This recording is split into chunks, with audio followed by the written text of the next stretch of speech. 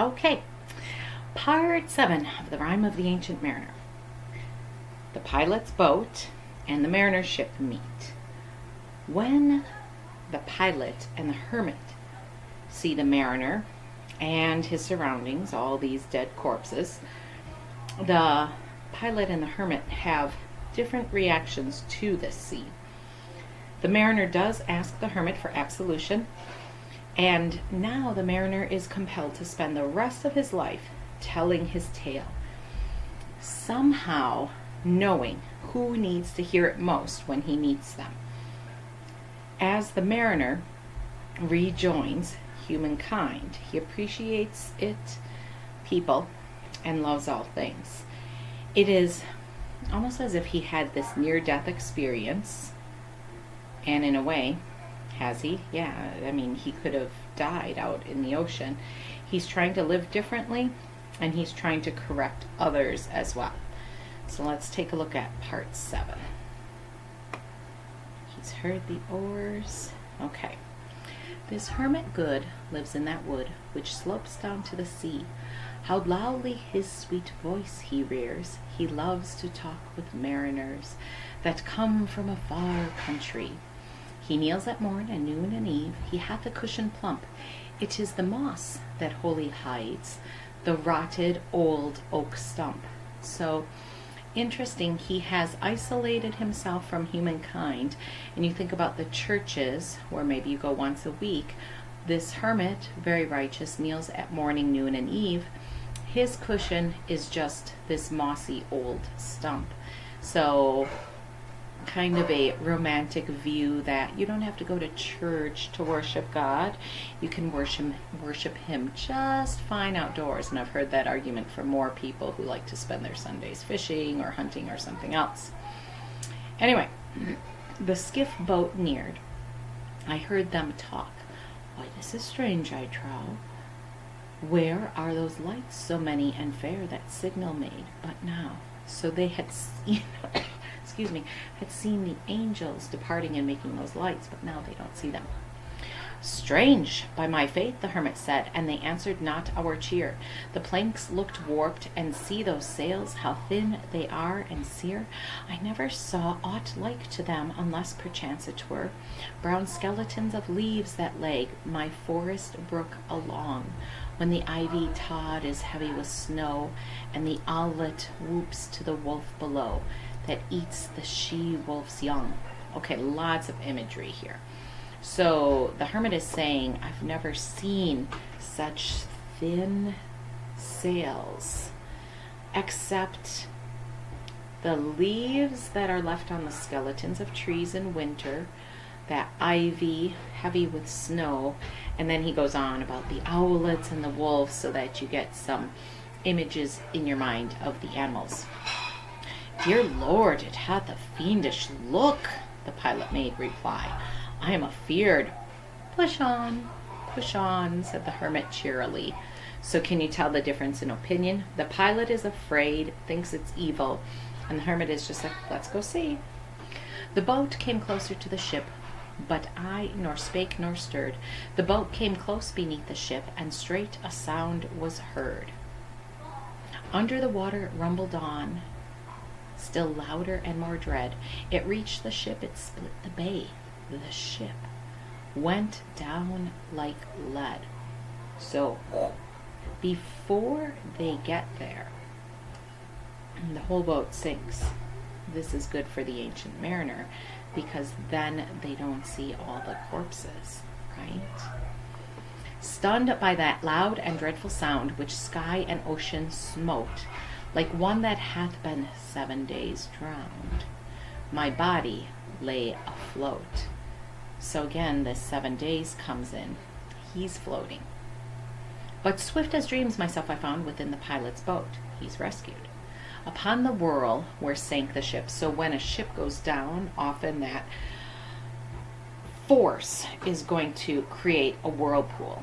And so whether the whirlpool is caused by natural phenomenon and the ship sinks, or the spirits again sinking the ship, it's going down and it's spinning. The boat spun round and round, and all was still, save that the hill was telling of the sound. So we hear a noise. It's a little unclear if it's the echoing of the boat or up on the hill the church is telling us what time it is by the bells ringing. I moved my lips. The pilot shrieked and fell down in a fit. The holy hermit raised his eyes and prayed where he did sit. So again, two reactions. The pilot shrieks, the hermit prays. I took the oars. The pilot's boy, who now doth crazy go, laughed loud and long, and all the while his eyes went to and fro. Ha ha, quoth he, full plain I see, the devil knows how to row. So now they think they have brought the devil on board their little boat. And now all in my own country I stood on the firm land. The hermit stepped forth from the boat, and scarcely he could stand. Oh, shrieve me, holy man. The hermit crossed his brow. Say quick, quoth he, I bid thee say, what manner of a man art thou? For with this frame of mine was wrenched with a woeful agony, which forced me to begin my tale, and then it left me free. So he's forced to tell everything that happened. See the pause here? This is because now we're getting to the very end. Since then, he's talking now directly to the guest, no more flashback to that time. Since then, at an uncertain hour, that agony returns. Until my ghastly tale is told, this heart within me burns. So he's in agony until he tells his story again. I pass, like night, from land to land. I have strange power of speech. In other words, he can talk in any language to anybody and they get his tale because he somehow knows who needs to hear it. That moment that his face I see, I know the man that must hear me. To him my tale I teach. What loud uproar bursts from that door, now referring to the wedding. The wedding guests are there, but in the garden bower the bride and bridemaids singing are. And hark, the little vesper bell, which biddeth me to prayer. O wedding guest, this soul hath been alone on a wide, wide sea. So lonely 'twas that God himself scarce seemed there to be. O sweeter than the marriage feast, 'tis sweeter far to me, to walk together to the kirk with goodly company. To walk together to the kirk and all together pray, while each to his great Father bends, old men and babes and loving friends and youths and maidens gay. So what's the difference between a marriage feast and going to the church and worshiping? This is just a big party, sometimes too much drinking, and then this is going and worshiping God all together with other people and praying. Farewell, farewell, but this I tell to thee, thou wedding guest, he prayeth well who loveth well, both man and bird and beast. He prayeth best who loveth best, all things both great and small. For the dear God who loveth us, he made and loveth all. The mariner, whose eye is bright, whose beard with age is hoar, is gone. And now the wedding guest turned from the bridegroom's door. He went like one that hath been stunned, and is of sense forlorn. A sadder and a wiser man, he rose the morrow morn. And so we end our poem here, the Rime of the Ancient Mariner. So just the quick recap of it all. What happens is the hermit and the pilot's boy approach the ship. The ship goes down, and the ancient mariner is saved in the pilot's boat. The ancient mariner asks the hermit to forgive him, and this penance that goes on the rest of his life then is he feels this awful burning sensation. His heart is in agony, and he has to tell a story to someone, and somehow he knows who needs to hear the story most. And he travels from land to land, and he's trying to show love for all things, repentance, and this importance of worship. He's changed, and also the wedding guest is changed. He turns from the bridegroom's door, doesn't go into the wedding at all. He seems stunned, he's sadder and wiser, and the next morning he's different. So some techniques here. Hermit good lives in that wood. That's internal rhyme. It's also assonance or consonants. You've got good and wood. And then the technique in this line, you want to check the farrow for me? Can you stir it? See if it's all done. Turn off the burner. Okay. Slight interruption. Cooking while I'm doing this. Which slopes down to the sea. We've got alliteration there. That come from a far country. We have some alliteration there. The hermit good lives in that wood which slopes down to the sea. How loudly his sweet voice he rears. Lots of S's at the ends of lines, so that's consonants. Lines 523 to 526. This is the part where they are talking. Let me back up all the way to it. This is before the ancient mariner comes on. Why, this is strange, I trow. Where are those lights, O many and fair, that signal made but now? Talking about the angel lights that had left the bodies. So they were curious about it, wanted to see it, but now everything is dark and dim. 527 to 532.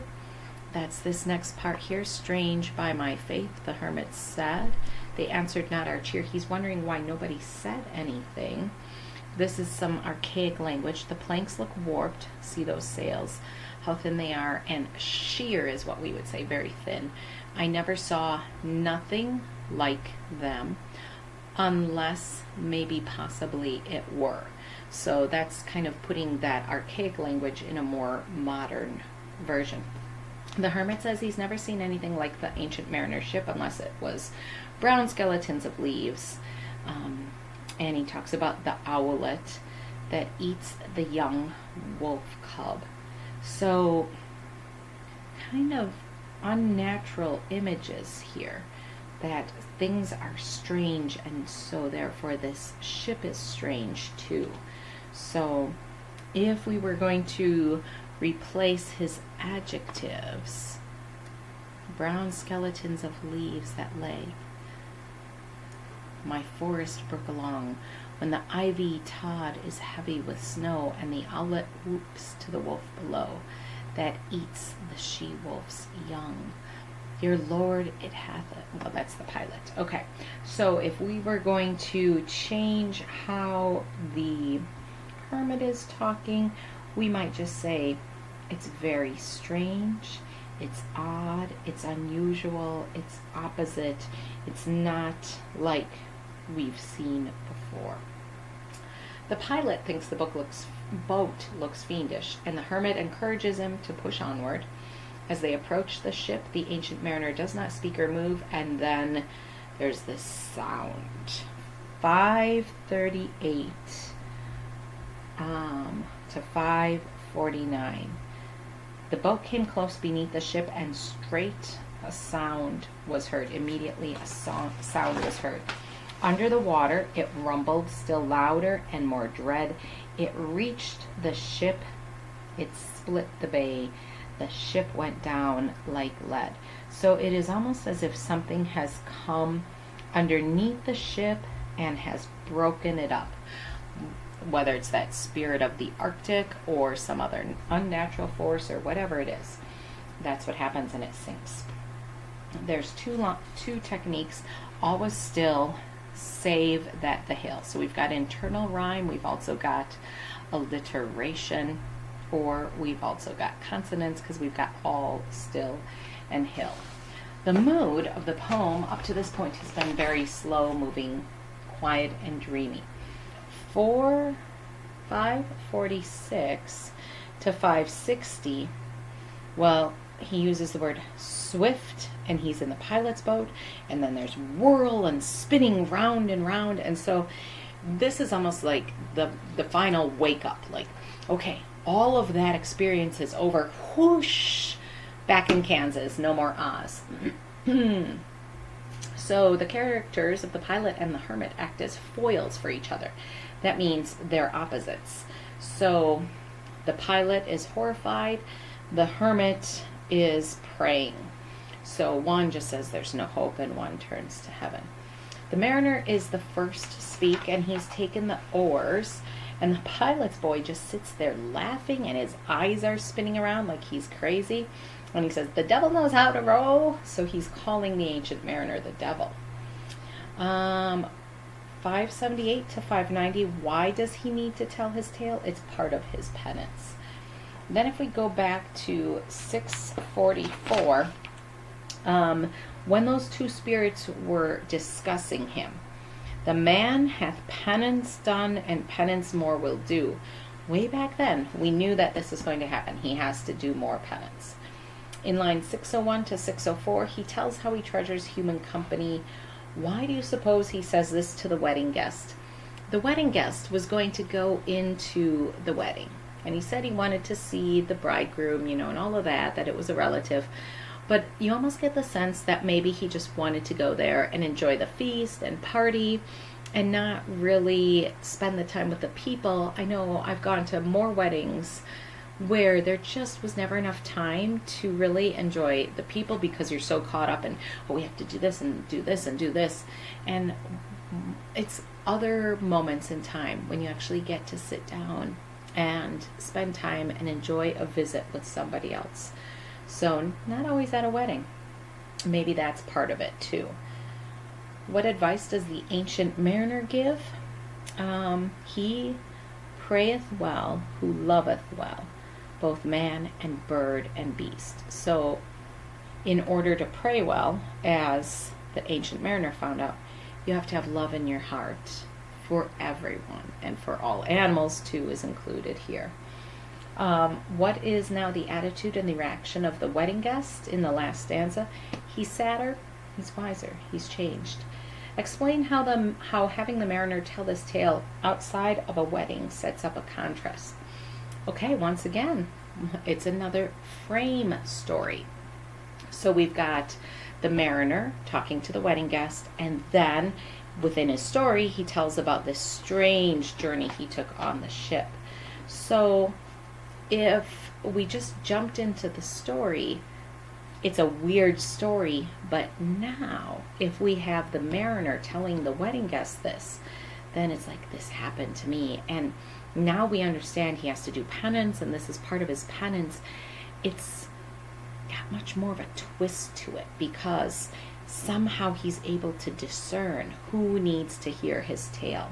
So if it weren't a frame story, it would just be a weird dream-like poem. This makes it much stronger, much better. The albatross is bigger than just a bird in terms of being a metaphor. What does it represent? So it seems like it is definitely a symbol for his guilt, for the way a man might abuse nature. It represents all of nature and how we sometimes carelessly just take it for granted, abuse it, and reveals that everything in nature is connected, including humans. And that's the message of environmentalists. I'm surprised they're not throwing this poem around. Anyway, do you think suffering is necessary in order to gain insights and wisdom and appreciation of life? That's an opinion question. So think about that. Explain your answer. What dreamlike qualities? Go back and look through the poem and see what you find. And describe the path of the ancient mariner's identity. So who is he, as the poem sets out, when he's telling it to the wedding guest, up until he kills the albatross? What is he like after he kills the albatross? And now, who is he within the frame when he has met the wedding guest and as he is doing his penance? What kind of a person is he? And so that is the rhyme of the ancient mariner from start to finish. Hope this helped. Let me stop the video. Where's that mouse?